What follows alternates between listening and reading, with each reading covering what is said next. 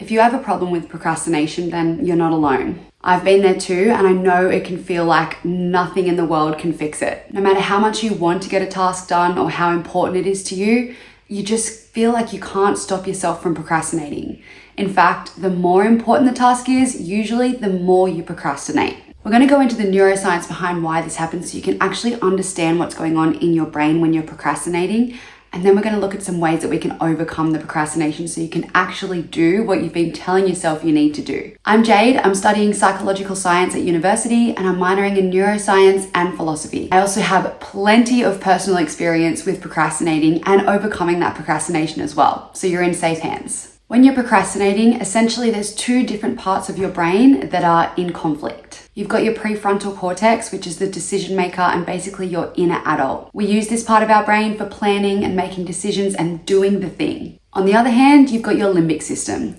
This is the part of your brain that controls your emotions and your fear and your reward response as well. Now, the thing is, with human evolution, our limbic system has been around for a lot longer than our prefrontal cortex has. As a species, we had the limbic system before we ever had a prefrontal cortex. This is because we needed those emotions and that reward-driven behavior to move forward in our evolution. As we evolved, we developed a prefrontal cortex to help us with our planning and our decision making and become more intelligent beings. The reason I mention this is because the limbic system is kind of the OG, right? It always wants to take over. It's kind of our baseline. It's where we want to come back to. The prefrontal cortex is like the cool new kid on the block, but the OG is always there and it's always trying to get its way. So when you're feeling fear, overwhelm, uncertainty, strong emotions, anything that's in that limbic system's department, then your limbic system is going to override your prefrontal cortex. What happens then is your amygdala, a part of the limbic system, releases some hormones that put you into fight or flight.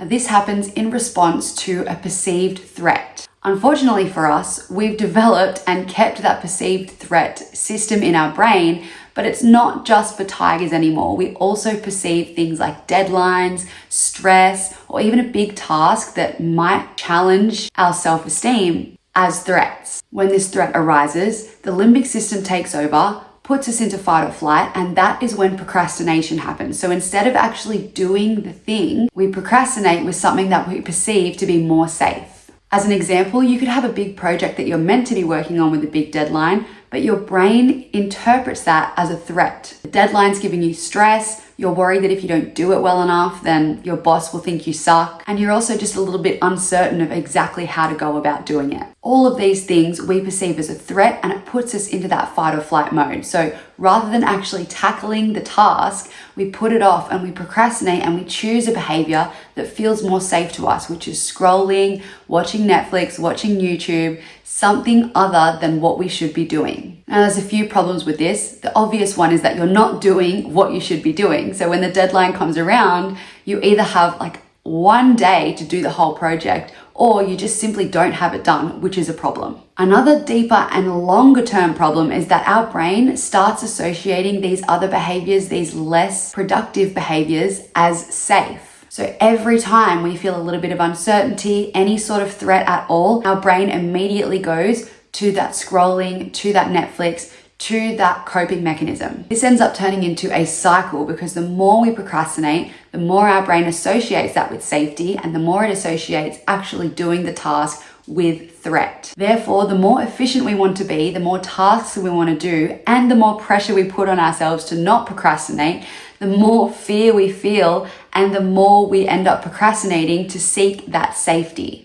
Another thing that's happening in your brain is that you're actually using your procrastination to give you a hit of dopamine before you've earned it. Especially in this day and age, lots of our procrastinating behaviors are actually just little tiny dopamine hits. The scrolling, the Netflix, the YouTube, all of those things give us dopamine. What our dopamine is actually designed for is a reward. It's supposed to work into a reward system in our brain so that when we do a task, when we complete the thing that we have to do, we then get that dopamine reward. But our brains have been trained to expect that reward much quicker and much easier from doing something with much less resistance, like scrolling. So what on earth would be the incentive for your brain to do the hard thing that you actually have to be doing? So how on earth do we overcome this? We have to help our prefrontal cortex win this fight and shut that limbic system up. One thing we can work on doing is rewiring our reward system. What I mean by that is we need to train our brains to expect a reward from doing the thing and associate doing the coping mechanisms, such as scrolling in YouTube, with something negative. How do we do this? We assign ourselves little rewards for each little milestone we hit on a task. So, for example, if it's writing the first page of a document, then you get to sit down and you get a piece of chocolate.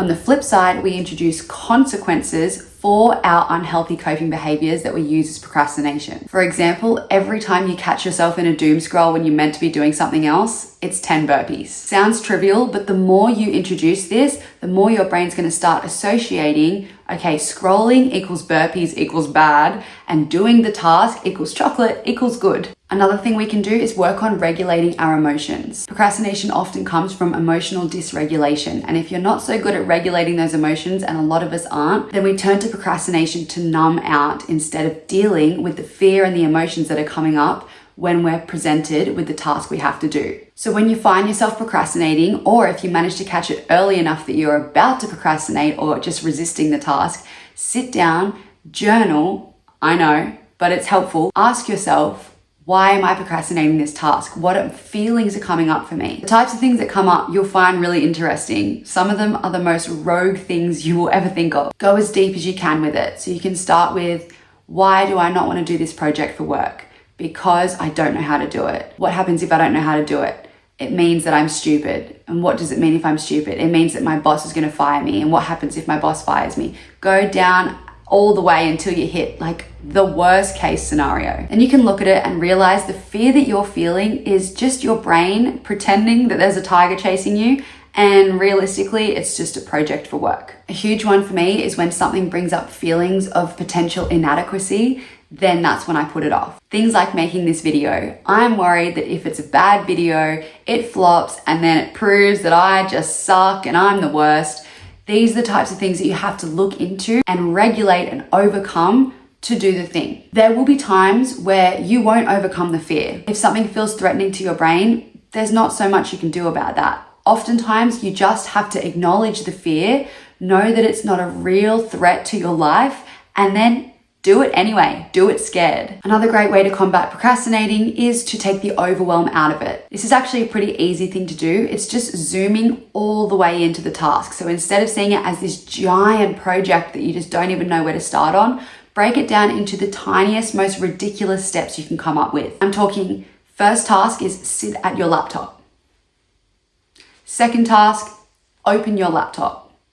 Third task, open the document. Break it down into these tiny little milestones and give yourself something for each milestone. Even writing down each milestone and giving yourself a tick each time you do that milestone is going to get that momentum building, take the overwhelm and the fear out of it, and allow you to just start. You'll often find that starting is the hardest part. So once you just manage to get yourself moving and get that momentum going, the task will naturally flow. If you're watching this and you're trying to overcome your procrastination, then I am so proud of you, because it's a big, big thing and it can bring up big feelings. So good for you. And if you'd like to see more content like this, then follow me.